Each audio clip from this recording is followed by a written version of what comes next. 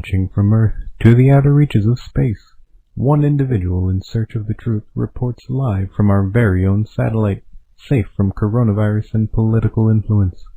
Weekly Reviewer presents Quarantine Time with Mahim Gupta.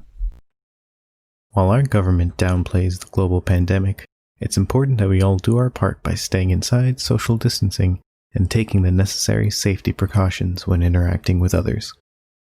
In recent news, cities and police departments across the U.S. are making reforms in response to the outrage of police brutality and racial bias.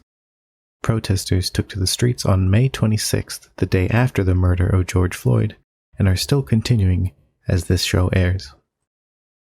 These protests were met with the brutality and clear mismanagement of the police they were protesting to begin with. Because of the brave protesters and their fight for racial justice, cities across America have begun issuing reforms to their police. Even the police themselves have begun to change. But some say this isn't enough. While body cam laws, banning chokeholds, and taking a knee with protesters are a good start, we have a long way before policing in America can truly change. Some protesters have been pushing to defund or abolish the police.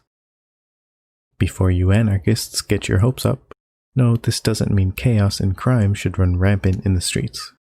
Instead, it calls for major reform to change the inherent role of policing. As many historians are pointing out, policing in America started off with the policing of slaves or slave patrols. Police have been ingrained in American history as an organization brutalizing the African American population. Virtually nothing has changed since the 1800s in the oppression the black community have faced. In fact, it's more discreet and sinister in the way police are put on a pedestal.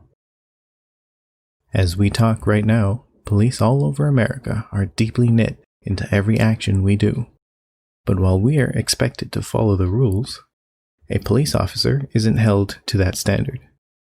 Instead, if a police officer breaks a law, even murder in some cases, they won't be held accountable. This leads to racists and abusers to run rampant in the organization designed to help us.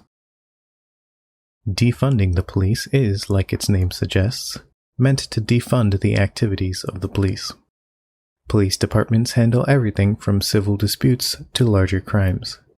Because armed officers without the proper training to deal with these disputes are sent in, people, especially African Americans, get hurt. It's not the place for a police officer to be present, but rather an appropriately trained expert. Abolishing the police is, as its name implies, an effort to remove policing and police departments as a whole. Abolishing the police is calling for a complete removal of police in its entirety. Understand that most criminals and bad guys aren't actually caught by the run-of-the-mill police. In fact, policing in general is what needs to change. A complete rework of the policing structure needs to happen from the way police are involved to what their jobs are to begin with. Before we end our show, let's talk about our President Donald Trump. Without going into the many disturbing acts he has called for against protesters, it's important to know who and what is standing in the way of reform. While Trump openly mocks those supporting the protesters and reform, and actively bolsters the policing and over-policing done, he's also undermining the lives of the American people.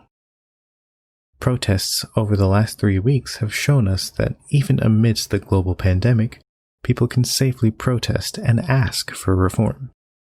Unfortunately, because of the brutal tactics like pepper spray, tear gas, and brutal beatings of protesters, often encouraged by our president, make it impossible to social distance, keep masks on, and not cough all over each other. This administration has already taken too long to respond to the outbreak, crippling our schools, businesses, and hospitals. But because of their already dwindling support, they are afraid of how this looks. It's clear the Trump administration wants you to forget about the virus and has been downplaying its spread over May and June. It's also clear he still pushes his idiocy stating we're only seeing a rise in cases because of our rise in testing. Let's not forget him pushing citizens to take hydroxychloroquine, stating, what do you have to lose? Just take it. Please don't look to the Trump administration for advice in an emergency like the pandemic or for racial justice like Black Lives Matter movement. Instead, focus on health experts and scientists who've gone out of their way to tell you information based in facts. This administration has no plans to acknowledge the brutality of a corrupt organization that holds authority, much less the pandemic they've let ravage America due to their incompetence. Stick to the facts and not your privilege. That's our show tonight. See you all in our next installment of Quarantine Time. Weekly Reviewer is dedicated to supporting the Black Lives Matter movement and the safety of our viewers. We encourage you to show your support by visiting blacklivesmatter.com and signing their petition to defund the police at blacklivesmatter.com/defundthepolice. You should also donate anything you can to them and the NAACP Legal Defense Fund.